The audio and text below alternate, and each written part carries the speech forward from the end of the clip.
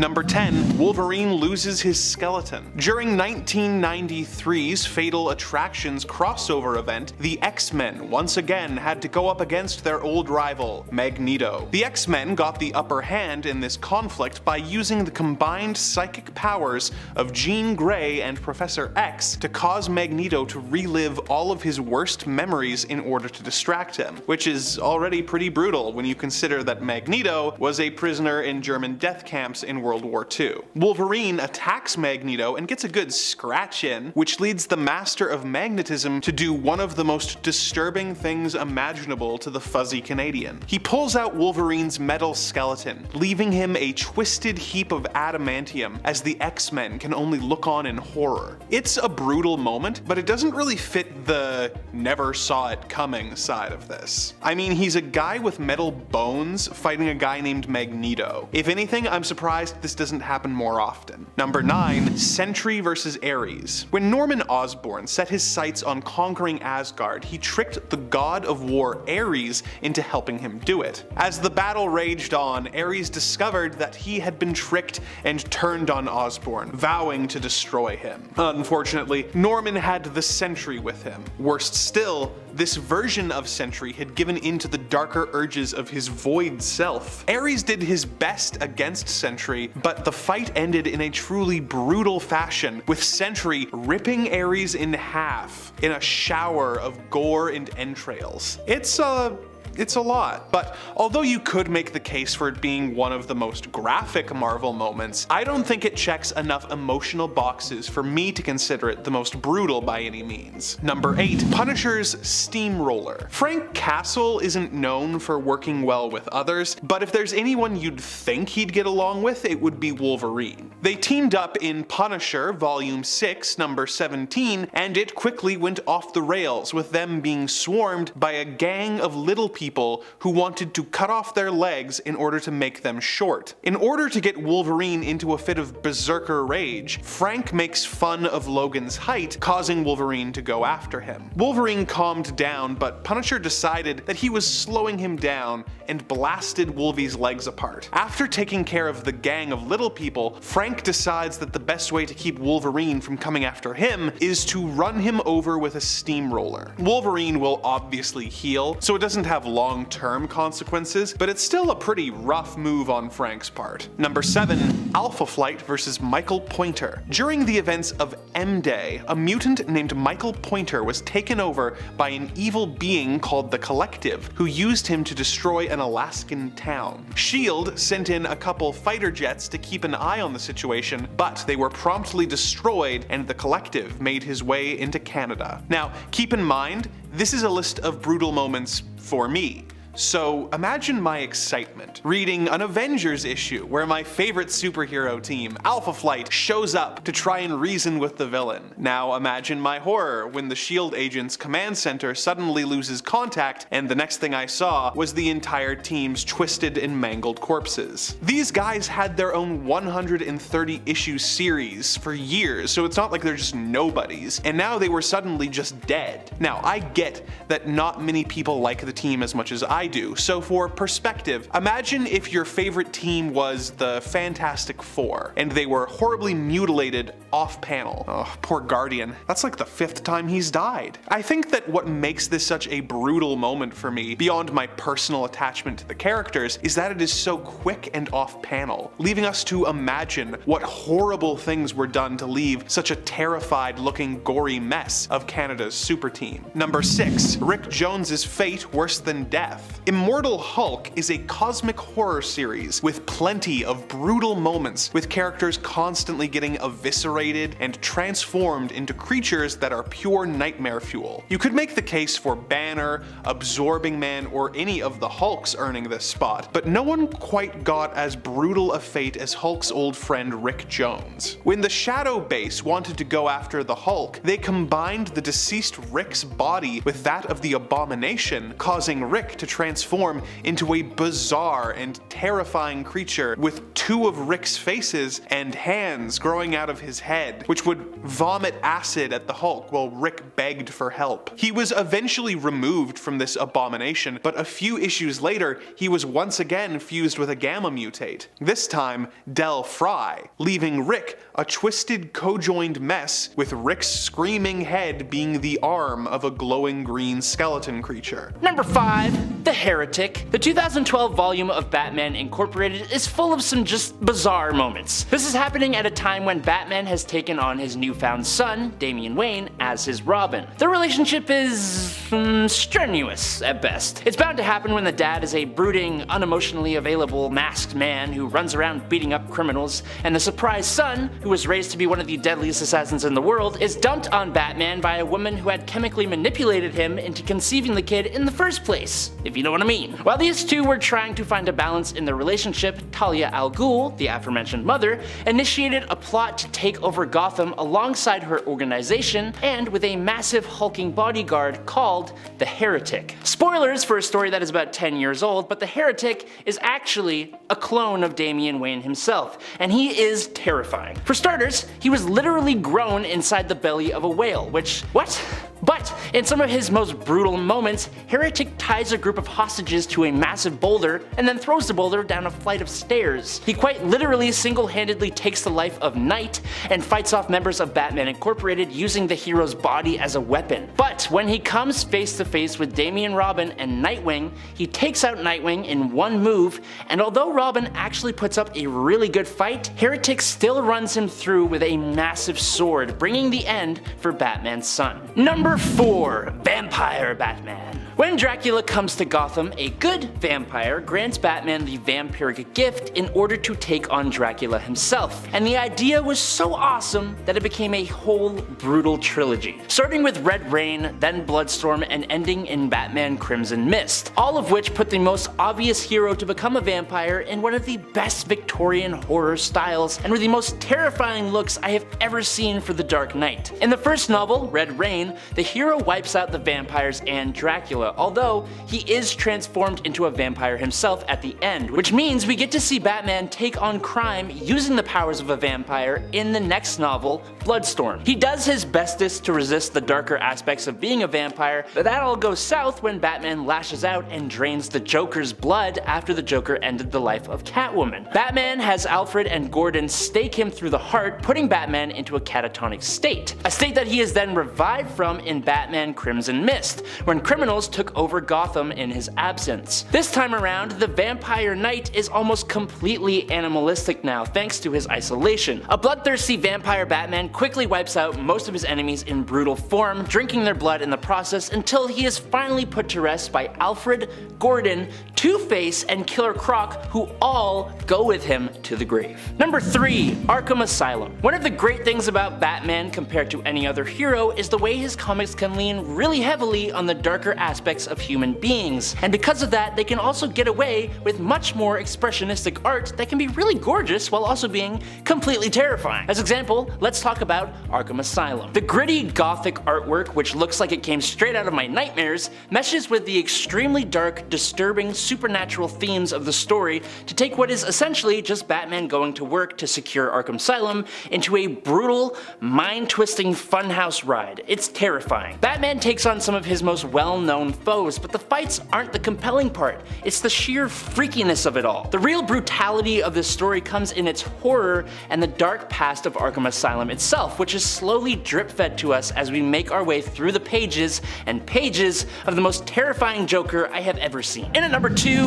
AllStar Batman. Remember before when I said that Batman puts the most brutal beatdowns on his opponents? Well, let's talk about a group of thugs in the AllStar Batman and Robin series, specifically issue number 7. Written by Frank Miller, we can expect that this Batman will be a little bit rougher around the edges, but I don't think any of us ever expected him to be like this. In fact, this whole series is full of brutal Batman moments that honestly make him feel like a totally different character. I have talked about this before, and thank you Rodney for informing me of this, but in the opening pages of issue number 7, Batman comes speeding into a group of armed thugs, foot first, laughing like the Joker and talking in his head about how Gotham is full of cockroaches. He's basically delighted at the fact that the criminals are so scared that they are accidentally disposing of each other. But then, on top of all of that, he sets fire to a bottle of bleach and tosses it onto the criminals, blanketing them in fire. And then he continues beating the snot out of them while they're getting crispy. This is no longer the Batman. There's no way, but wait,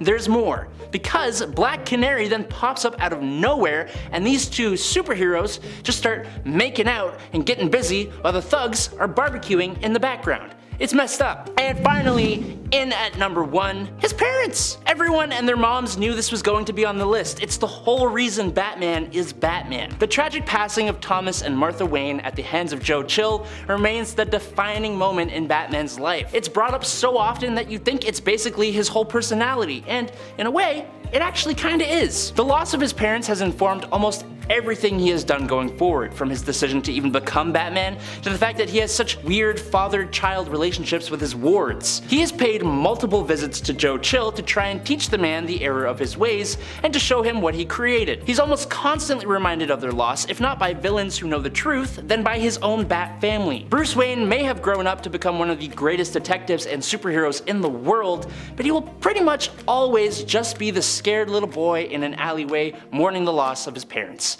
And that sucks. Number 10, Wally West returns. When Wally returned in New 52, it was a rough time. Wally, prior to this reset, had a whole family and was in general one of the happiest heroes around. Wally has always kind of had this happy-go-lucky vibe to him. He has problems, but overall he feels like a very optimistic hero to me. However, times changed when he lost his family in the New 52. The really awful part of this was Wally would remember his family despite everyone else having forgotten what happened in the prior continuity. As a result, Wally as a character would have weird things thrown at him and in general just end up having a really rough time. It was a terrible thing for DC to have done to the character, and many Wally fans mourn the loss of the state of Wally West's life with Linda prior to the reset. Also, let's add in the fact that this also happened after the fact that we were deprived of Wally for so long, which, you know, DC being like, we got Wallace, which Wallace is great, not knocking it, but he's not Wally West, that's all. And friends, before we move on to our next spot on this list, if you love what we're doing here at Top 10 Nerd, be sure to let us know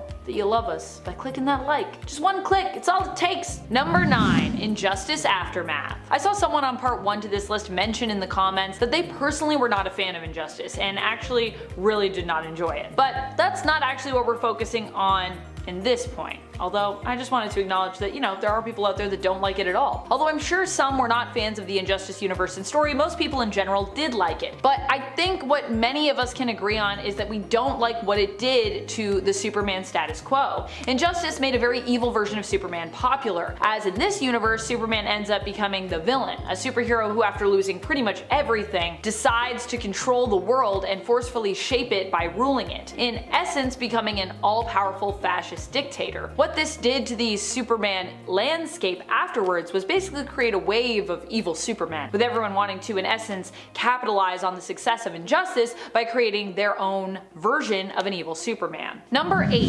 Retconned Fate. Aunt May is one of those characters who just seems to live pretty much forever. This woman has been deathly ill more times than I can personally recall, I'm sure. It's been a lot. She also at this point has to be super old, as back in the 60s, the 1960s, she was a very elderly woman. How old is Aunt May at this point? Aunt May is Peter Parker, aka Spider-Man's aunt, who in essence raised the young man. So of course we can't let anything happen to this sweet old lady. Still, there have been moments when it's been written that Aunt May does die. In fact, at one point she like straight up did die. Imagine that, an old woman who finally passes on. I mean, it seems to make a lot of sense actually, but no, we could not let this happen. It would later be retconned that Aunt May did not in fact die, but that this was all a ruse as part of a Norman Osborn harebrained scheme involving an actress who was about to die and apparently was so method that she took on the role of playing Aunt May and dying for real as a part of her final acting gig. I don't know about you, but that's pretty ridiculous. Even for comics, that's pretty ridiculous, guys. Number 7, Sony's Venom. I know some people really like this movie, so So for some, my inclusion of Venom here will be a controversial choice, but for me, although I wouldn't use the term hate to describe how I feel about this film, this was definitely a movie that had some issues. Mainly, many fans were upset that they were doing Venom without Spider-Man, which admittedly doesn't make a ton of sense. And although they tried to make it make sense in the movie, there still begs the question of why does Venom have spider-like abilities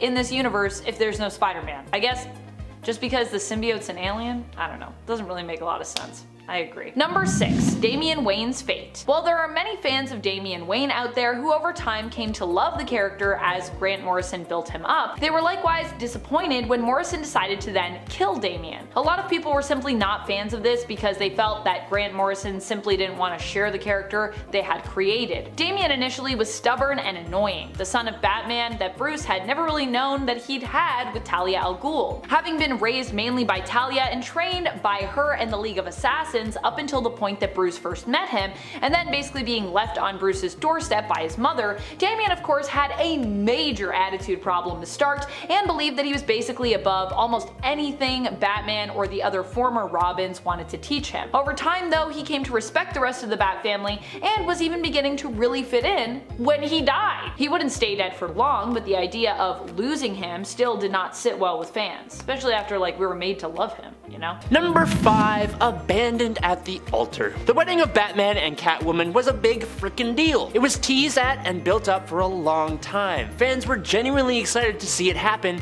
and to see what could come next after the fact. A kid of Selina Kyle and Bruce Wayne?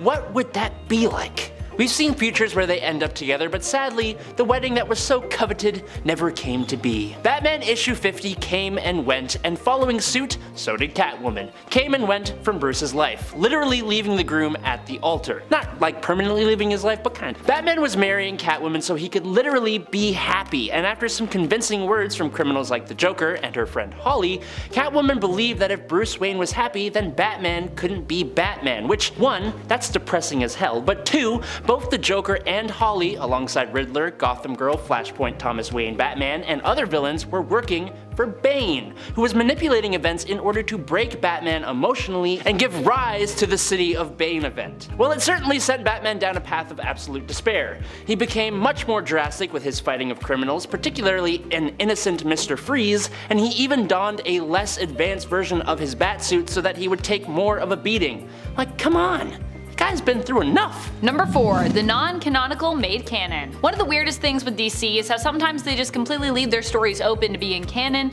or not, kinda depending on how they're received by fans. And one of the weirdest incidents of this happening is with The Killing Joke. The Killing Joke, written by Alan Moore, was never intended by him to be part of the main continuity. And as far as I know, it kinda isn't really, except for one part of the story, the attack on Barbara Gordon, the pain she suffered, and the result of that attack, her becoming paralyzed from the waist down. Why this was the only thing we chose to keep from this story, I do not know, but the whole idea of it just feels super weird, especially when you consider how brutal and graphic this attack was, where Barbara gets no opportunity to defend herself, having been surprised by the Joker's visit while visiting her dad in her civilian form. This element of the story would change Barbara's life forever, and although I do like Babs as Oracle, and I feel like we were able to actually at least turn it into something good, it feels like she was kind of robbed of, some agency here, especially when you consider the story was never really intended to be incorporated into the canon, and it also still kinda wasn't. Number 3. Maxwell Lord and Ted Cord. I made a rhyme. I think we can all agree that it's incredibly rare to see a mainline superhero taken out of the picture, and if it does happen, it's usually in a huge blaze of glory, or an incredibly tragic moment, or after a long momentous battle with cancer in the case of Marvel's Marvel. So, when Ted Cord was erased from existence thanks to a bullet from a barrel at the hands of Maxwell Lord in the Countdown to Infinite Crisis, it kinda sucked. After following Ted the whole book as he struggles for anyone in the Justice League to take him seriously, while he's correctly on the trail of Maxwell and learning of all his misuse of both the Justice League's files, Batman's Brother Eye satellite, and the OMAX, you'd expect Cord to come out surviving, having a cathartic moment where he finally gets the League's respect or to make a dent in Lord's plans, but instead he gets snuffed out like a tea light candle that never even begun to make the wax melt. It's abrupt, brutal, and it made me legitimately me very sad to read it. Number 2. Face Off. One of the most brutal moments that still haunts me to this day, of course, involves the Joker. Because of course he's one of the most twisted and often brutal characters that we have over at DC, I would say. This one comes to us from around the time of Death of the Family. In this story, Joker ended up removing his face in order to reinvent himself. Needless to say, this didn't last forever, but it was a terrifying time, and honestly, I'm not sure how Joker lived after doing this, considering that I'm pretty sure he would have been opening himself up to all kinds of nasty infections. Despite removing his face, Joker would later recover and somehow reapply said face, despite the fact that the face was not well stored in between, cause comics, I guess. Ugh. Number 1. Fridged. This DC Comics brutal moment caused the whole coining of a term and changed the way comic books were written going forward. Green Lantern Kyle Rayner came home one day after doing his superhero thing in Green Lantern issue number 54 from 1994 to find his then girlfriend, photojournalist Alexandra DeWitt, had been very savagely stripped of her life at the hands of the villain known as Major Force. But not only did Major Force take Alexandra's life, but for seemingly no reason, he also stuffed her into the couple's fridge. It was incredibly brutal and served only to give Kyle, the male antagonist of the story, the motivation to reach new heights as a hero, while her character, who was genuinely likable and could stand on her own, was gone forever. This was a trope in not only comics but media in general, that presented viewers and readers with the idea of sacrificing the female love interest for the direct purpose of motivating the male hero, which practically never happened in the reverse. After this comic came out, the trope was finally given a name: fridging, or women in refrigerators, and it changed the way female characters were written in comics for the most part. Going forward. Number 10. Batman and Babs sitting on a rooftop? Or rather, doing more than just sitting on the rooftop really, which is exactly the qualm fans had about the animated film adaptation of The Killing Joke. Well, not in the comic, for some reason, an intimate relationship was added into the mix between Batgirl's Barbara Gordon and Batman's Bruce Wayne. Batgirl is the one who makes the moves after Batman decides to remove her from a case. In frustration, she fights him, and then fighting kind of turns into something more. For many reasons, Batman and Babs fans were obviously not fans of this weirdly forced ship. And friends, before we move on to our next spot, if you love what we do here at Top 10 Nerd, why not show us you love us by clicking that like button. Number 9. Death of Gwen Stacy. A moment that to this day is still often debated amongst fans, having left a dark mark on both them and Peter pretty much permanently. A lot of people for this one like to point out that Stan Lee later lamented Gwen's death, having claimed to not really have been focused when kind of signing off on that, kind of doing so offhandedly, not really realizing what he was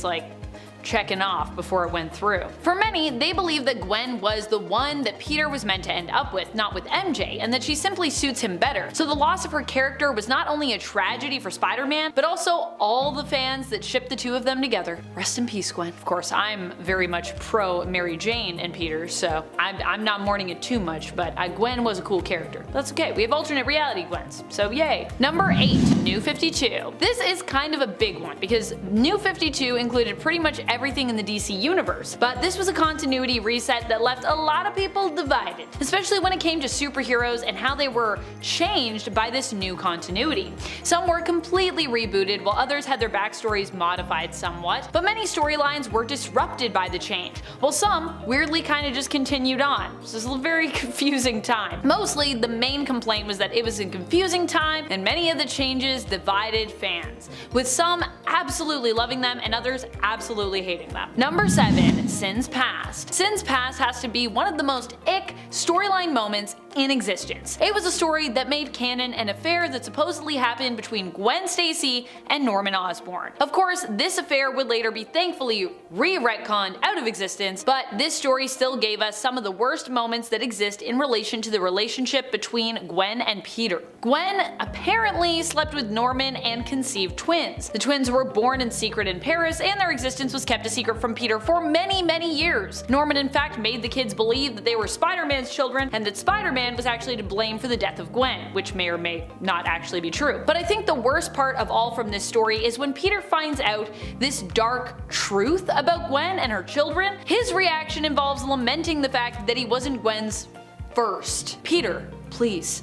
All of that. And Peter's like, why this thing? It's Dude, why is that the part you're upset about though? What about these secret twin babies? That would be the first thing I'd be like, wait, my partner had secret twin babies? I didn't know about this till now. Number 6, Jason and Babs sitting in a tree? Not something any of us expected to get in Three Jokers, and definitely not anything I really wanted, I think. But hey, it's something we got anyways, as I guess a bonus? In general, Three Jokers was a highly debated series when it came to whether or not people actually enjoyed it. For me, I loved it, and I thought, just based on the art alone, it was pretty much well worth the wait, and we waited a long time for this book. The story was emotional, tense, mysterious, and exciting. Also that raccoon, oh my gosh. But there were things that even I was not a fan of in here, and this was one of them. Partway through the story, Jason Todd once more is attacked by the Jokers. And yes, I do mean plural, I mean it is called Three Jokers. You probably know what I'm talking about if you've read it, but if you haven't read it, you should go read it. It's really good. Babs gives him a place to stay and helps to nurse him sort of back to health afterwards. And it's during this time that the two bond. Now, while Babs is clearly coming from a place of, being a friend and kind of like a sister to Jason, caring for him and bonding over their shared trauma revolving around the Joker, Jason gets some other ideas for what could be between them. He actually attempts to basically put the moves on Barbara, but is ultimately rejected by her. At the end of the story, he also, even though he was already rejected, decides to leave her a note, basically declaring his feelings for her. Fortunately, the note does not end up getting delivered, instead being literally swept away. Probably for the best, to be honest. Number 5, Hulk, The End. Well, I found Punisher, The End to be kinda bad and immature despite trying really hard to be mature, I really like the Hulk, The End story. In this book, the world has come to an end after a nuclear war, and all of humanity has died off, save Bruce Banner, who is now over 200 years old. He wanders the world by himself, wanting to die, but being unable to, as the Hulk wants to continue being the strongest one there is. The only creatures that have survived are giant mutated swarms of bugs, who chase and devour the Hulk, always leaving him a mutilated mess on the ground before leaving him to heal. This continues for years until Bruce realizes that he is the modern Prometheus, who brought fire to the people of Earth from the gods and was punished by being left alone to be consumed by birds. Bruce finally passes, leaving the Hulk to wander the wasteland completely alone for all time. Number 4, Marvel Zombies, Dead Days. In Marvel Zombies, we are shown a world where all of the Earth's heroes have been transformed into flesh-eating zombies who are trying to find more humans to consume to sate their seemingly unending appetite. In the one-shot comic Dead Days, we are shown the last days of the human race, as well as our favorite heroes becoming the cruel monsters we know from Marvel Zombies. There are some brutal and disturbing moments, such as Spider-Man turning and eating Mary Jane. Okay, Kevin will appreciate this. We get to see the zombified Alpha Flight attacking the X-Men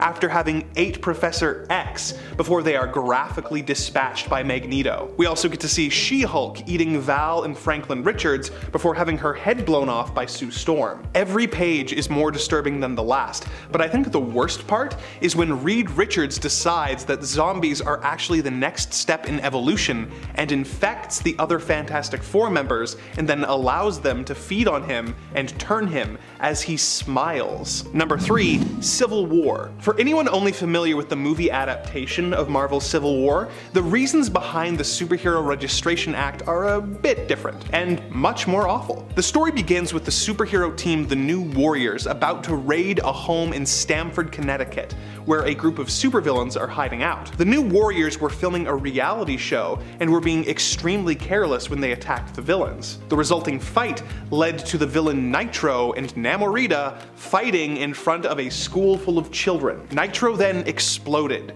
wiping out the school and the surrounding area. Hundreds of civilians, most of the villains, and most of the heroes all died as a result. It is a rough way to start off the book and really does a good job of setting up the moral quandary at the heart of the story. Number 2, Ruins. You guys were super helpful with recommendations in the comments in part 1, and a lot of the entries on this list are from there, so thank you. One of the ones I wasn't familiar with that a lot of you mentioned was Marvel Ruins, and you were right. It's a rough one. Marvel Ruins is a 2-part mini-series that essentially asks the question of what would the Marvel Universe be if instead of accidents resulting in heroes getting powers, they just got sick and died. For example, in this universe, Matt Murdock saved the old man from getting hit from the truck, and the radioactive goop that got in his eyes caused him to die in the hospital without growing up and becoming Daredevil. Wolverine has a painful bone disease. Captain America introduced Nick Fury to cannibalism at some point. Jean Grey is a teenager selling herself on the street before being killed by Fury, who then takes his own life. Okay, Kevin is gonna be so thrilled. We even get a brief look at Alpha Flight's Aurora and North Star, who are homeless, naked, and starving on the streets. Everything is awful. But my favorite bit comes from issue 2, where it is revealed that when Peter Parker was bitten by the radioactive spider, it gave him a deadly and contagious radiation disease that is spreading among the population. The book is relentless. There's not really much of a story thread other than what if everything sucked? And it answers that question in great and brutal detail. Number 1, the death of the X-Men. The Old Man Logan story takes place on an Earth where the villains finally got organized and teamed up to take over the world, under the command of the Red Skull. The book is filled with disturbing ideas and moments, such as Hulk having an evil gang of Hulk children with his cousin She-Hulk, but the worst in my opinion is how the villains took out the X-Men on the night they came to power. Wolverine was monitoring the situation with Jubilee when the X-Mansion was suddenly attacked by supervillains. As the children fled, Wolverine made a brave final stand against the bad guys, cutting them down one at a time until there were none left. It was then that Mysterio revealed that the whole thing had been an illusion, and Logan had been attacking his own teammates the entire time. I don't think it gets worse than that. Although, I can picture it happening to Adam here at Top 10 Nerd. Coming in at number 10 is Zur-En-Arrh. The Batman of Zur-En-Arrh was introduced in 1958's Batman number 113 as Tlano, who protects a faraway planet in a red, yellow, and purple Batman-inspired suit. While a dazed Batman pilots the Batplane over Gotham City one night, he finds himself transported to the world of Zur-En-Arrh by Tlano. Bruce helps Tlano fight off alien invaders with Superman-like powers, and it's transported back to Earth. Now, fast forward to Grant Morrison's run on Batman, and the whole adventure was revealed to be a hallucination caused by an isolation experiment on Bruce Wayne by the villain Dr. Simon Hurt, with Zur-En-Arrh being derived from Bruce Wayne mistaking his father's last words, Zorro in Arkham, the film they had just watched before his parents were brutally snatched away from him. Using the trigger phrase, Dr. Hurt broke Bruce's mind and left him on the streets of Gotham. However, Bruce had developed a backup personality to bring the fight back to Dr. Hurt, the much more violent Batman of Zur-En-Arrh. And at number 9 is Batman White Knight. Batman White Knight does something rather unique. It takes the arch enemy of Batman, the Joker, and flips him to become the hero of Gotham, but not one that wears a mask or runs around beating up criminals in the night. A hero who stands in the public eye and fights for what's right. Mostly. The story really paints Batman out to be as brutal and terrifying as he tries to be, and it's pretty successful. The best example I can give is how the Joker actually became reformed in the first place. In the very first issue of the comic, Batman is chasing Joker alongside Barbara Gordon, Batgirl, and Nightwing, and he is single-minded, driving the Batmobile over people's roofs and through active construction zones, barging past security guards who just want to help. Normally Batman is pretty good at not letting the Joker talk him into a frenzy, but this time it ain't gonna go that well. When Joker torments Batman, then reveals he is taking a new medication to cure his mental illness, Batman snatches the whole bottle, and in front of a large group of onlookers, he empties the whole bottle into the Joker's mouth and forces him to swallow it. Number 8. Bane. There are many deranged and off-the-wall villains in Batman's rogues gallery, and while the Dark Knight has suffered losses and defeats at the hands of a few, none of those defeats are as infamous as the ones he suffered at the hands of Bane. By issue 11 of the Broken Bat part of the Nightfall arc, Bane had managed to find out that Bruce Wayne was indeed Batman. Bane surprised Bruce at his home, pumped himself with Venom, and laid a brutal beatdown on the Dark Knight in his own home. The fight continued on into the Batcave, and completely taken by surprise, Batman is on his last legs when the Venom-fueled tank of a man lifted Batman over his head and dropped him spine first onto his massive back-breaking knee. This brutal move, captured in one of the most iconic iconic comic panels ever, put the Batman completely out of commission, requiring him to choose another to fill his role as the protector of Gotham until he could make his triumphant return. Coming up at number 7, Alfred. Bane broke the Dark Knight's back all the way back in Nightfall, but I think it was his attempt to break Batman's spirit that was the most despicably brutal moment for this character. After Flashpoint Batman organized a takeover of the city of Gotham, Batman and his Bat family were forced out of the city. Its perimeter was guarded and Alfred Pennyworth was taken as a hostage. In an attempt to rescue Alfred, Batman sent Damian Wayne Robin. Unfortunately, Damian was not quite capable of getting the job done, but that doesn't mean that he deserved to be forced to watch as Bane snapped the neck of Alfred Pennyworth, sending the heart of the Bat family to his grave. Instead of actually serving to break the Batman spirit like he intended to, Bane actually pushed Batman to do practically whatever it takes to put Bane down. If anything, this act united the Bat family as a force to be reckoned with, and there was no way Bane or the alternate Thomas Wayne were going to get away with this heinous crime. And at number 6 is his one rule. Batman Hush could in its entirety be seen as a brutal moment. It strikes at the childhood life of Bruce Wayne himself, pushing Batman to a point we rarely ever see. In Batman issue number 614, right smack dab in the middle of the Hush story arc, Tommy Elliot, the childhood friend of Bruce Wayne, loses his life at what seems to be the hands of the Joker. All the years and years of distress caused by the Joker, the people hurt, the lives lost, they all fuel this rage inside of Bruce Wayne, who begins to lay a spectacular beatdown on the Joker, knocking out both Harley Quinn and even Catwoman, who both try to stop him. Batman almost goes to the point of permanently bringing an end to the Joker, beginning to put aside his morals to finally be rid of this homicidal plague on Gotham City. It's not until Jim Gordon intervenes while Batman has his gloves around the Joker's neck that the Dark Knight finally relents. The worst part is that if Batman did go through with it, the Joker wasn't even the one responsible for the crime he thought he was responsible for. Number 5. I can see things differently.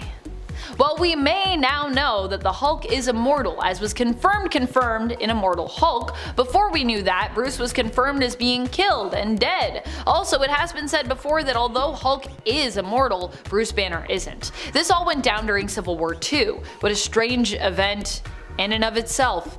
Clint Barton was under the impression that Bruce Banner was about to transform after a collection of heroes had shown up to accost him for basically potential future crimes he might commit as Hulk. We later learned that Clint had promised Bruce to take him out if he was ever going to transform into Hulk again. In fact, Bruce even presented Clint with the ammo needed to successfully deal the kill shot with his bow. The interrogation of Clint in Civil War II, issue number 3, also has one of my favorite lines. When questioned about how Bruce had not yet transformed and why Clint even fired in the first place, he responds, "I see things differently. My sight is more acute. It's why I'm such a good shot." What does that mean? Clint has super sight, confirmed. Number 4, interdimensional apertures. Cyclops' powers aren't that weird, as long as you don't think too much about it. Most people would likely assume that Scott Summers has lasers for eyes, which might have been true if we hadn't gotten an in-depth explanation on how his powers work. Currently in the comics, Scott's optic blasts actually are tied to energy absorption and manipulation, with Scott absorbing radiant energy from all around him and it basically being channeled straight through his eyeballs, although the rest of his body is somehow immune to its effects, with even his eyelids acting as a sufficient shield for this massive source of energy. However, before that, Cyclops' powers were actually explained as being portals to another dimension that was filled with unlimited energy. Yeah, that's where the quote in this point comes from. Cyclops' entry in the official handbook of the Marvel Universe from 1983, before it was changed to then be it's their portals, but also it's the energy absorption, and now I think we're just on energy absorption, but mostly we just don't talk about it. Number 3, just a nibble. This is a weird thing that really has roots in the comics, as crazy as that might sound. In New Avengers Annual number 3, Clint Barton ends up being apprehended by the Dark Avengers, which honestly probably couldn't come at a worse time for him. At this point in the story, Clint Barton, usually known as Hawkeye but currently known as Ronin, decided to try and expose Norman Osborn, the then head of Hammer, which had replaced S.H.I.E.L.D. and leader of his own Dark Avengers, for the monster that he is. When that failed, Clint abandoned his own team to try and take Norman out by himself. Unfortunately for Clint, this failed and he ended up captured by the Dark Avengers. Norman decides to question Clint, but first, of course, he must strip him down and tie him to a chair. Then he uses his version of Spider-Man, who was really Mac Gargan bonded with the Venom symbiote, to threaten the life of Clint, but of course, it kind of in a weirdly sexy way. Oh boy. Hence where this ship comes from. It's a weird ship. Something that had actually happened in the comics. Why is Venom always weirdly sexy? Why is that a thing? The line in this point comes from a command Norman gives to Mac during the interrogation when Venom bites Clint. Just a nibble, he says. Which is also a weirdly sexy way to be like, yeah, take a chunk out of his shoulder. Number 2. It's more than that. They're in love. I still can't believe we let this one happen. If you're new to the channel and to comics, this may shock you. But if you've been around for a while, you perhaps already know where I'm headed with this one. This is a strange romance and occurrence that we've brought up before on the channel, but I always feel like if I leave it off a list like this, someone in the comments is going to be unable to believe that I did not mention it. So here we go again. In the Ultimate Universe, the Earth of 1610, things are a lot different than the main continuity. The Ultimate line, starting with Ultimate Spider-Man, was created to bring something new to the world of Marvel Comics, in the hopes that shaking up and simplifying the continuity with a new main reality, or an alternative to the main reality, would result in an influx of readers. And it worked! But at what cost? At what cost? Many of the characters and stories told were both updated to the modern day, but also made to be a bit more edgy. Included in this weird revitalization were Quicksilver and Scarlet Witch, the brother and sister duo often associated with the Brotherhood of Evil Mutants and later the Avengers. The siblings in the main continuity have always been close, but in the Ultimate Universe, they were a lot closer. Like, incestuously so. The quote for this point comes from Ultimates 3, issue number 1, where Janet attempts to explain to Captain America the kind of love that exists between Pietro and Wanda. Number 1. The subtle manipulations of my father's ingenious machines. Where to even start with this one? I'm gonna try and summarize, because if I just let myself rant here, this video will be extremely long. I could do like a whole video on just this one point, and maybe I should. Attempting to explain this weirdness, anyone? Carol at one point seems to become miraculously pregnant. Rather than be concerned, like Carol is, the rest of the Avengers seem more excited about this really unexpected bundle to be delivered. Really unexpected, because Carol Danvers, she wasn't pregnant like a day ago, and now she's real pregnant. Janet Van Dyne at one point even implies that Carol's reaction is all wrong. She should be happy about this. After all, she gets to have a kid, and isn't that the best thing ever? Carol's like, I don't want this. Carol delivers the baby only for it to rapidly grow up, naming himself Marcus Immortus, as in the son of Immortus, aka a split-off timeline version of Kang the Conqueror. He reveals that Carol reminds him of his mom, kinda weird, and that he wants to take her away because he's in love with her. Super weird. And then the Avengers kinda just let Carol go with him. Oh, and we also learned that Marcus kidnapped Carol and was the one to impregnate her in order to use her body to escape the dimension he was trapped in and then journey to Earth, because then he could be reborn there and then it would be cool. But it didn't work because everything went weird. So she literally gave birth to her own offender. Yikes. The quote from this one is from issue number 200 of the Avengers, when Marcus explains how his father seduced his mother years ago, who happened to look just like Carol, which is also super weird. Number 10. Jason Todd's worst fear. Probably one of the most heartbreaking moments for me in recent years in terms of DC Comics happened during Batman 3 Jokers, so pretty recently. I'm still not really sure why people don't like this comic. I thought the story by Jeff Johns and artist Jason Fabok was well worth the multi-year wait myself. It was suspenseful, it was mysterious, and it was just stunning. And honestly, every time I go back to it, I find something new that I like about it. Sure, the middle act in issue number 2 lagged a bit, but otherwise this comic to me was pretty flawless, other than a few minor plot hole issues in my opinion. Also the raccoon. Oh! And despite the leg in issue number 2, it still had one of the most heartbreaking moments for me, which occurred when Jason as Red Hood chose to strike out on his own and ended up finding a pool filled with failed attempts at creating the next Joker, which in and of itself is another kind of brutal. At one point, the 3 Jokers implied that Jason actually might be the best candidate to become the next Joker, but decide that he's simply not smart enough to take up the mantle. Ouch. Instead, they once more beat him to within an inch of his life with a crowbar, with one of the Jokers, implied to be the Joker who first did this to Jason way back when, commenting on how the second time was even more fun than the first. It gets especially brutal and heart-wrenching when Batgirl and Batman arrive on the scene to rescue him and he lashes out at them, especially when Babs just comes in and gives him a hug and she's like, I just want to make sure you're safe. Number 9. The Dark Knight strikes again.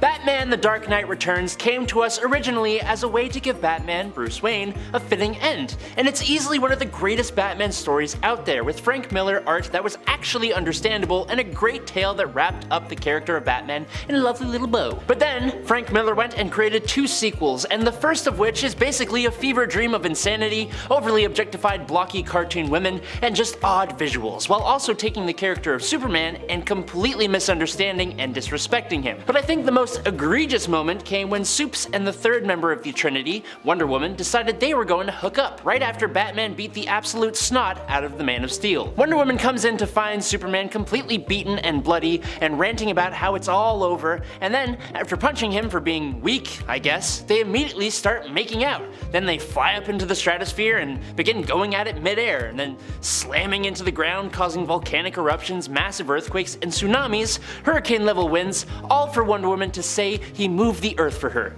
Wow, so poetic. And then she exclaims she is pregnant now, and they decide to get a bite to eat, but they sure are heroic. And friends, before we move on to our next spot on this list, if you love what we do here, why not show us you love us by clicking that subscribe button? Helps us out, helps you to stay in the know, it's a win-win. Click the subscribe button! Do it! God! Number 8. Jason Todd loves Barbara Gordon. Another really brutal moment, possibly one of my least favorite parts, I think, of 3 Jokers, comes at the end. After taking Jason in and helping him to recover after he was attacked, Jason at one point attempts to kiss Barbara. It kind of makes a little bit of sense because, you know, they've got shared trauma, but this felt weirdly forced still and out of place to me because, you know, Babs still seems like she's kind of trying to be there for Jason like a sister. Like, I get that Jason is reaching out because for years he's felt like he was left behind, abandoned, and, you know, like I said, they do have shared trauma, but Babs and Jason's relationship has always felt more platonic to me, and if anything, more than that, more familial, like they were truly, you know, brother and sister. And when Babs reaches out, it's very clear she's coming from this place, and yet Jason seems to struggle to read the room and acts on his romantic feelings anyways, if that's even what's really going on for him. Honestly, I think he's just confused. The 3rd issue ends with a kind of weird note with Jason leaves on our apartment door, and that ends up falling off and then being swept away by the building's janitor, which is especially weird and kind of cringe because it seems to imply, like that whole sequence of shots, that if Babs found it, things may have been different between them. Other than Barbara having to once more reaffirm her boundaries with Jason, I don't see how it could have ended otherwise. What a strange romance subplot that I never expected nor ever really wanted. But hey, there it is. Number 7. Jericho vs. Vigilante. Okay, so I did talk about this one for brutal villain defeats, but I had no idea this moment happened before, so if we're talking about brutal DC moments we never saw coming, this one for sure hits the mark for me. Joey Wilson, aka Jericho, is the son of the infamous assassin Deathstroke the Destroyer, but despite that fact, Jericho made almost every effort to be a hero, and he was one. He was even a member of the Teen Titans, the team that consistently stands against his own dad. Now Jericho has the ability, granted to him by the same method that granted his dad his abilities, to transfer his consciousness into the body of another using eye contact and take control of them, effectively possessing them. And it was pretty powerful. He could control some pretty strong beings. Unfortunately, every time he did this, a small shred of the individual psyche remained in his head. At first, it was nothing that he couldn't deal with, just 1 or 2 psyches, but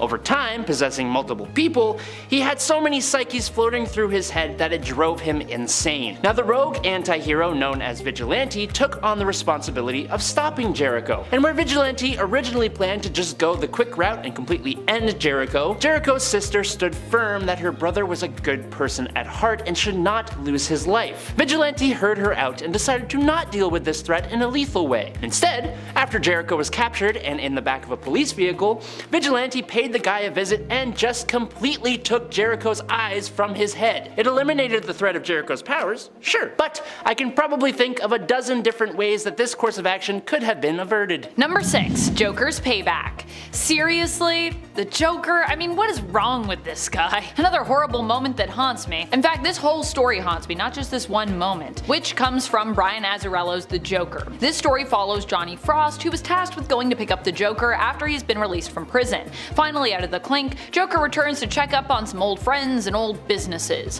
One of his first stops is a bar and business where Harley Quinn has been dancing while he was away. Not appreciating that Harley has gotten involved in this kind of business, Joker decides to take it out on the man running the establishment by skinning him alive, much to Frost's horror. Although, to be honest, this is really only the beginning and things only get much worse from there, especially from Johnny's perspective. Number 5. Short-lived leader. I think one of the moments that really rubs me the wrong way personally is when Monica Rambeau was forced to relinquish her spot as team leader for the Avengers. This is just something I don't vibe with because Monica was really only team leader for a very short while, and she was basically robbed of her position by a villain who had infiltrated the team. Like, how terrible is that? I feel like there have been multiple moments in the comics where Monica has gotten snubbed, and I personally would just love to see her as a leader of the Avengers team for a more lengthy period. I'm also hopeful that we might get to see her take on the role of team leader in the Marvel Cinematic Universe, which could be really cool. I guess we'll have to wait until we get more information on the Marvels to have a sense for what the MCU holds in regards to her character's future. Number 4. Abandoned in the Asylum. I never would have thought this would have happened to Wonder Woman, who is usually loved by so many, but this is a thing that happened. And who's to blame? Of course, seemingly Steve Trevor, who drops Diana off at a mental facility and leaves her there without explaining that yeah, she's actually Wonder Woman. So everyone treating her there literally thinks she is insane for imagining that she is Wonder Woman, when she actually is, and that actually isn't what she needs to be treated for. She does need some help at this point, but not in that department. Irresponsible, if you ask me. Downright irresponsible. Of course, Diana would get out, but in my mind, it's still a weird plot point, Steve choosing not to or simply forgetting to mention that. Number 3. Depowered. Although I'm still of the mind that this plot point is leading us somewhere bigger, I do not give up on my dreams of Franklin getting repowered and being revealed as having lost his powers as part of some much larger purpose or plot. We aren't just there yet. And when this went down in Fantastic Four, with Franklin also being revealed as an imposter mutant, let's just say fans were pretty heartbroken. And some of them were pretty mad too. I wasn't mad, I was just kind of like, ah, interesting. Still waiting to see where that's going. I hope it's going somewhere. Number 2. Sonys Carnage. Oh boy. While Venom had at least some redeeming moments and elements and had a sense of fun when it came to the film, Carnage pretty much lost any charm that the Venom franchise had going for it. Let There Be Carnage was a Venom sequel that introduced Venom's powerful foe, Carnage. Carnage is the offspring of Venom, who ends up bonding with host Cletus Cassidy, a serial killer. Upon the two forming Carnage, they break out of prison and wreak havoc on the world. In the comic, this causes Venom and Spider-Man to team up in order to stand a chance against Carnage. However, we once again attempted to do a Venom movie without Spider-Man, so instead of Maximum Carnage, we got Let There Be Carnage, a story that weighs the potential of Carnage as a recurring villain and spends most of its time being extremely cheesy. Not even the appearance of Shriek, someone who I was generally excited to see on the big screen, could save this film for me. And while you might think Carnage isn't a superhero, so this actually isn't a superhero moment, Amanda, Sony is basically trying to sell us Venom as a hero without any of the character development established in the comics though. And this is a sequel to Venom's film, which is why I'm counting it. because it relates to Venom, so still kind of a superhero moment. Number 1, Martha. Some people genuinely liked Batman v Superman, and honestly, I'm happy for those people. Personally, this movie kind of broke my brain. Regardless of how you felt about the entire film though, I feel like there is one scene that stuck out for a lot of us in terms of it being memorable. For most of us, maybe not in a good way. Not in a way that made a lot of sense anyways. That's right, we're talking about the scene where Batman and Superman basically call into question why they're really fighting one another when they both discover that the other's mom is also named Martha, bringing the fighting to a complete full stop. Well, really, Batman's the one that realizes this and goes through a whole thing. What I really want to know is, why does the man who shot Bruce's parents have his gun inside of Martha's pearls when he fires? It's very artistic for the shot of them breaking, but it really doesn't make a lot of sense otherwise. Number 10, Punisher ends the human race. In the one-shot comic, Punisher: The End, we are introduced to a prison that is executing all of its prisoners in preparation for an upcoming nuclear war, with the guards planning on then hiding out in a bomb shelter that is installed. One of the prisoners is actually Frank Castle, who has grown older and has been caught and locked up. He gets in the shelter before the blast comes, and after a year, he and a companion from the prison exit and start making their way through the wasteland. Frank knows that the radiation levels he is exposing himself to will cause him to die within 72 hours, but keeps moving forwards, eventually getting to his goal: a shelter filled with former billionaires who knew their decisions would lead to an apocalypse and hid themselves away. He prepares to punish them, but the sleazy rich people convince him to spare them long enough to explain the seriousness of the situation to him. The other shelters have fallen silent, and they have the means to continue the species, and if Frank ends them, he will also be ending the human race. Frank then mercilessly and brutally murders everyone, including his companion, before walking into the wastelands to die, happy with his decision, believing nothing good ever came from humanity. It is an interesting book, but it leans so far into the mature rating that characters tend to overindulge in an unnecessary amount of slurs and swears, to the point that it actually somehow makes the whole thing feel more childish than many standard Marvel comics. Number 9, Deadpool KIllustrated. The sequel to the first Deadpool Kills the Marvel Universe features Deadpool trying to destroy the Marvel Universe by going into other fictional stories that inspired the Marvel heroes in order to prevent any of them from being created. Over the course of the miniseries, we see Deadpool brutally dispatch such classic characters as Don Quixote, the Little Mermaid, Tom Sawyer, the siblings from Little Women, Moby Dick, and the Three Musketeers, while he's pursued through the Ideas-verse by a team of heroes led by Sherlock Holmes. If you're a fan of these classic characters, it can be really brutal to suddenly see them eviscerated as they scream and cry, asking why this is happening, but the sheer stupidity of it obviously makes it pretty funny. The humor cuts some of the brutality,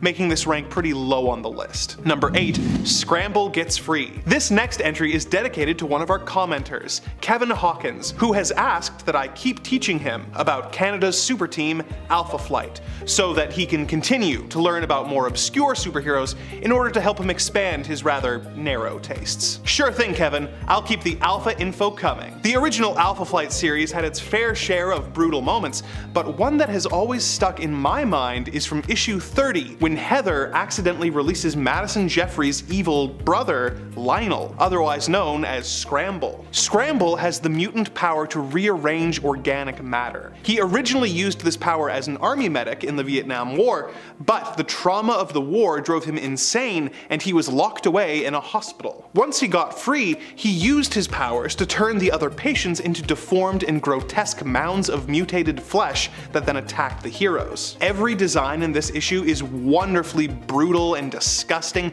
including the creature that Heather is transformed into. The victims are eventually saved and put back in their original shapes, which makes this a bit less brutal, but it was an especially disturbing issue. Number 7, Thanos Rising. Thanos Rising is a mini-series that explores the origins of one of Marvel's most iconic villains, Thanos the Mad Titan. It starts with him as a child and explores his early courtship with Death, who keeps manipulating him into situations that cause Thanos to kill. At first he is taking out lizards that hurt his friends, but this soon escalates into him capturing classmates in order to dissect them to see what is wrong with him in comparison to others. He insists that all the death is just a means to an end, but eventually admits that he has grown to enjoy it. This solidifies when he decides to capture and dissect his mother so that he can continue to find out why he is different, showing no remorse or care for his actions. It is a brutal origin for the character, and honestly, for a character as twisted as Thanos, nothing else would have sufficed. Number 6. Deadpool kills his parents. Part of the original Sin comics, Deadpool Volume 5 Issue 34 features a twisted tale from the Merc with the Mouth's past. It takes place in the 90s and is drawn in a style that reflects that. In this story, we see Deadpool in his early days as a brainwashed assassin. His handler decides to test how deeply they have Wade under their control and sends him and Sabretooth to his childhood home with the mission of ending the lives of his own parents. Wade doesn't have much memory of his past and eagerly goes for the house, but he is stopped from attacking his parents. Kevin, you are never gonna guess who stops him. It's 90s Alpha Flight, who I'm honestly surprised haven't crossed paths with Deadpool more often. The two teams fight, and Sabretooth and Deadpool manage to get away, their mission a failure. The jovial tone of the book then takes a sharp turn as Deadpool grabs a drink, returns to his childhood home, and silently takes a tour of the strange and familiar sights before setting the house on fire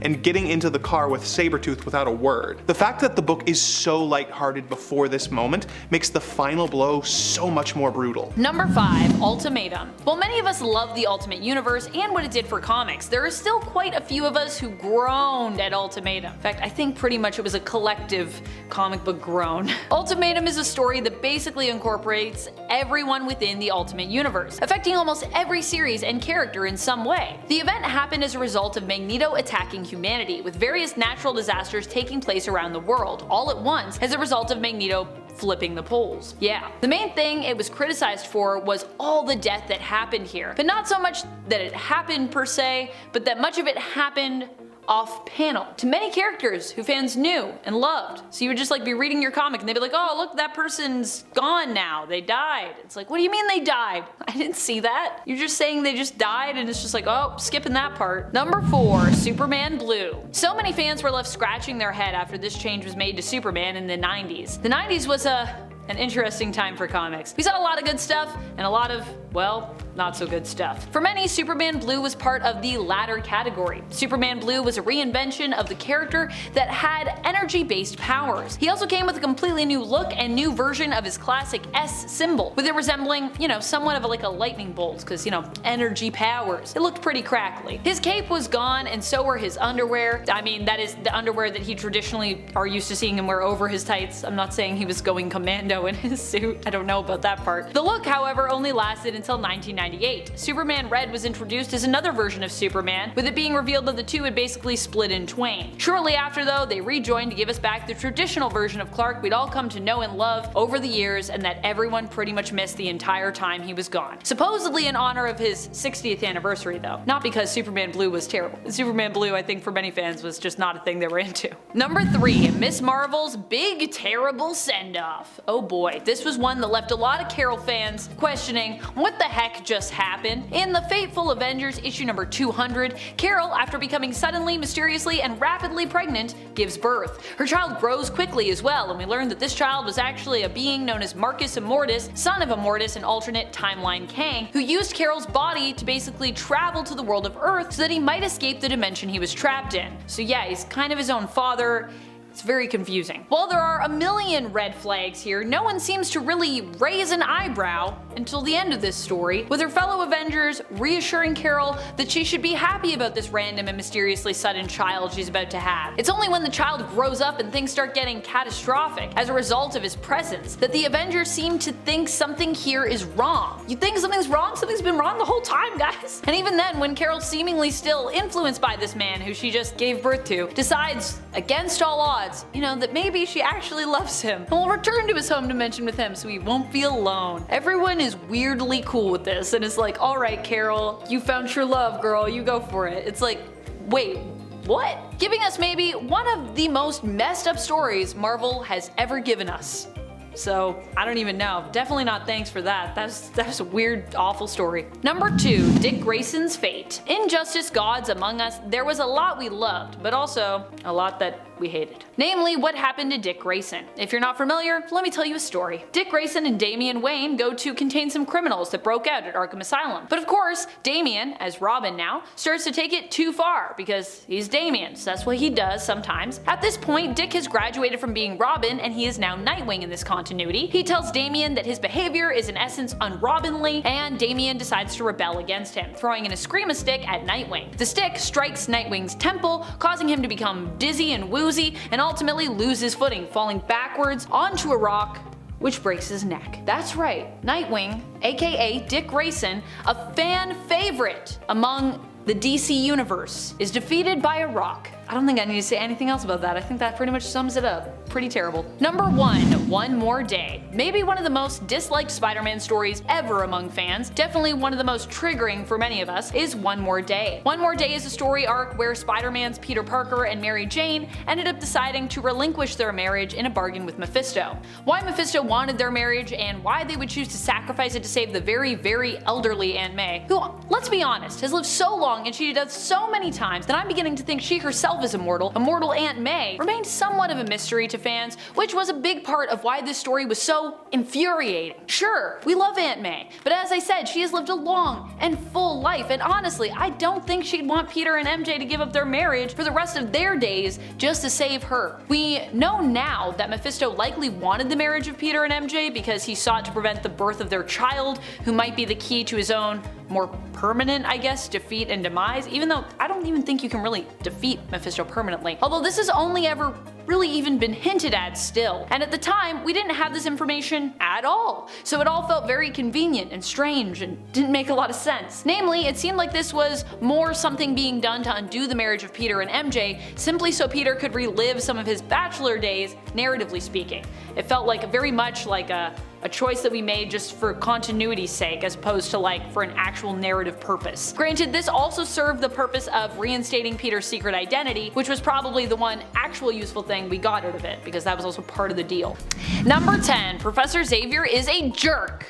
While actually kind of juvenile in terms of its context, Kitty Pryde's famous splash page line in issue 168 of Uncanny X-Men has actually been pointed to multiple times for many different reasons. Turns out in a lot of ways that she didn't yet know, Kate was really right. But for this issue, the context of Kitty calling Professor X a jerk actually has to do with the fact that he decided to move her onto his training team, the New Mutants, instead of keeping her on the X-Men. Illyana, aka Magic, however, is quick to give Kitty some insightful perspective after listening to her rant for days on end. Illyana tells Kitty as her friend that she does feel that Kitty is overreacting and literally proving Xavier's point by being so childish in response to his judgment. She also reminds Kitty that while she is constantly bemoaning and complaining, that Illyana herself has had it way worse, having been trapped in limbo for most of her childhood. Suddenly feeling guilty for constantly complaining to Illyana, who definitely has more reason to complain than Kitty does, Kitty apologizes before the two head off to take the bus into town so they can attend dancing lessons. So cute. And friends, before we move on to our next spot on this list, if you love what we do here at Top 10 Nerd, and if you love really weird moments in comics that make us go, huh? Or, ah? Then be sure to show us you love us by giving this video a thumbs up. Number 9. Hulk, make me a sandwich. In Avengers Assemble issue number 9, Iron Man and Bruce Banner make a bet as to who can investigate the goings-on of a Russian research camp up in Antarctica. When Spider-Woman is asked to join Tony's team, she decides instead to team up with the Hulk. This is because Spider-Woman feels it will actually be safer for everyone for her to team up with the Hulk, who she claims she can control thanks to her pheromone powers. To prove the power of her potential influence over the Hulk, she then tells him to make her a sandwich, which he does, although honestly, I feel like if Jess just asked the Hulk to make her a sandwich, he probably would. He's usually pretty nice when he's not angry. I feel like this quote is pretty easily explainable here. When they end up going to the Arctic, the hilarious thing is that the Hulk is, as Bruce Banner stated earlier, unaffected by the cold. But Jessica, as Spider-Woman, is of course freezing. Probably also because most spider people tend to have a weakness to the cold, and I think Jess is one of the spider people that's included on that list. Because spiders, they do not like the cold. Number 8. So the puppies worked. How do you defeat the Hulk when he won't stop rampaging? How about with adorable puppies? A whole crate full of them. That was the plan in the Indestructible Hulk special. In order to subdue the Hulk after he has finished his mission, turning him back into Bruce Banner, S.H.I.E.L.D. decides to deploy a crate full of puppies, leaving it within Hulk's field of vision. He approaches, opens it, and success! Bruce later says this quote after he is back to himself, as the puppies were actually his idea. So, the puppies worked. Number 7. I've got to touch his fur! This one is mainly just extremely entertaining for me. It involves everyone's favorite bouncing blue Beast. This was after Beast had joined up with the Avengers during a time he was actually sadly feeling pretty useless as a teammate. Poor Beast. Beast goes out to grab a dozen hot dogs from a street vendor, as you do. Used to people running in terror, he is a mutant after all, and also now looks like a literal beast. He is not surprised when the vendor sees him and runs off, simply asking, "Smatter, never seen a blue furry freak before?" However, what happens next does surprise him, as the women who are also near the vendor do recognize him as a member of the Avengers, the superhero the Beast, and begin to mob him, not out of hate or revulsion, but out of awe and seemingly love? One woman remarks, "Been dying to meet you." Another we overhear in the midst of saying, "Turns me on," while one more is heard calling out, "I've got to touch his fur." And this quote comes to us from Avengers issue number 164. Number 6. And people say I have no sense of humor. Wolverine ends up getting steamrolled by the Punisher in their team up, where Punisher turns on him after the Punisher decides the Wolverine will only get in the way, seemingly marking him as somewhat of a loose cannon. Though really, this comic was more about the constant battle between the two in regards to like who is the tougher guy, Wolverine or the Punisher.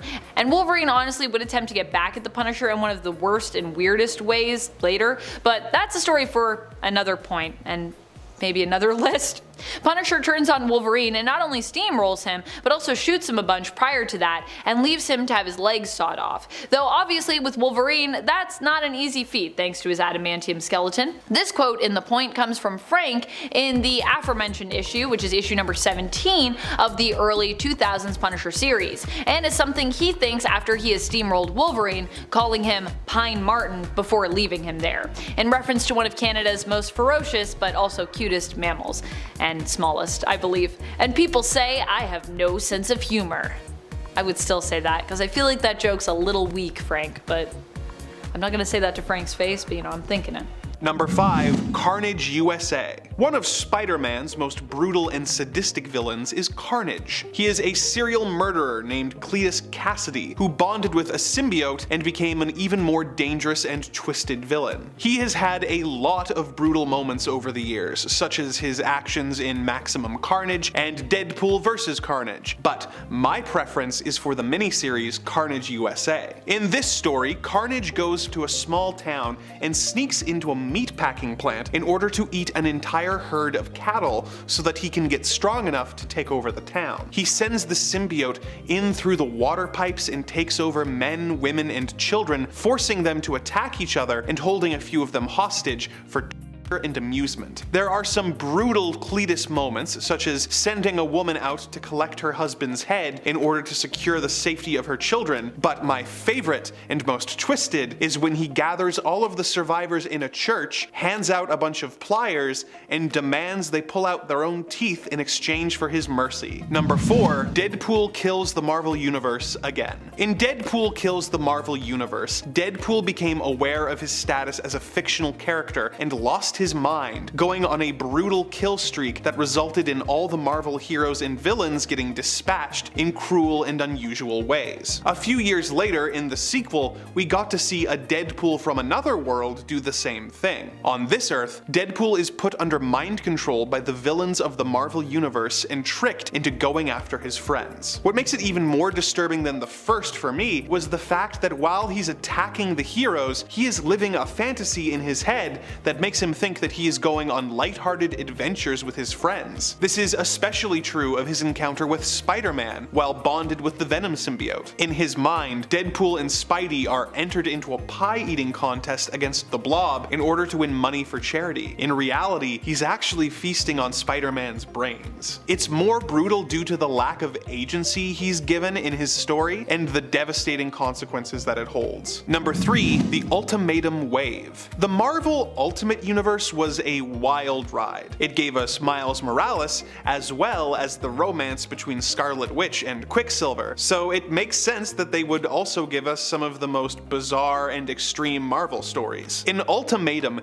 Magneto has been driven mad at the loss of his children and decides that rather than destroying humanity to make the world safe for mutants, he's just gonna kill everyone. He uses a doomsday device and his powers to shift the world off of its axis, causing natural disasters all over the globe. Much of Europe, including all of Latveria, is frozen under a layer of ice, and New York is hit by a massive tidal wave. Millions of people all over the world die in the attack, including Nightcrawler and Hank McCoy. Magneto then sends out more of his minions to destroy the heroes, causing the brutal deaths of several more heroes, including Hank Pym, Doctor Strange, and Thor, just to name a few. Professor X gets personally murdered by Magneto, who later has his face blasted off by Cyclopss, who then gets assassinated at an anti-mutant rally. It is a relentless story, but I think the most brutal moment is when Pym finds his wife Janet being eaten by the Blob and responds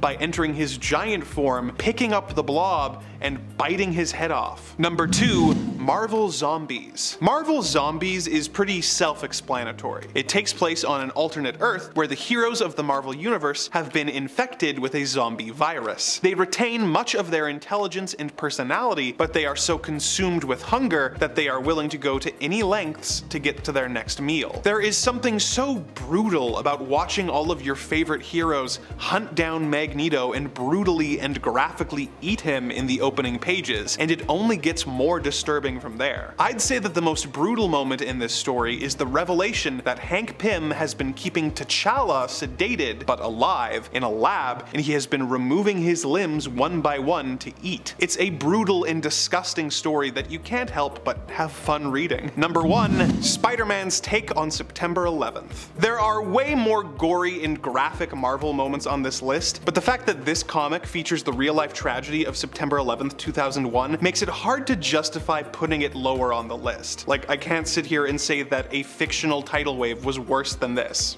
Anyways, this issue of Amazing Spider-Man was released a month after the tragedy and opens with Spider-Man surveying the devastation as civilians ask him why he didn't stop the attack. The book is kind of a mixed bag with the benefit of hindsight, with devastating moments like a little boy lost in the rubble looking for his dad, but also features moments like Doctor Doom crying at the sight of the devastation, as if he hasn't tried to do this exact same thing multiple times. I have mixed feelings about whether this book should have been made so soon after the real-life events, but wherever you land, it's hard not to describe the events depicted as pretty brutal.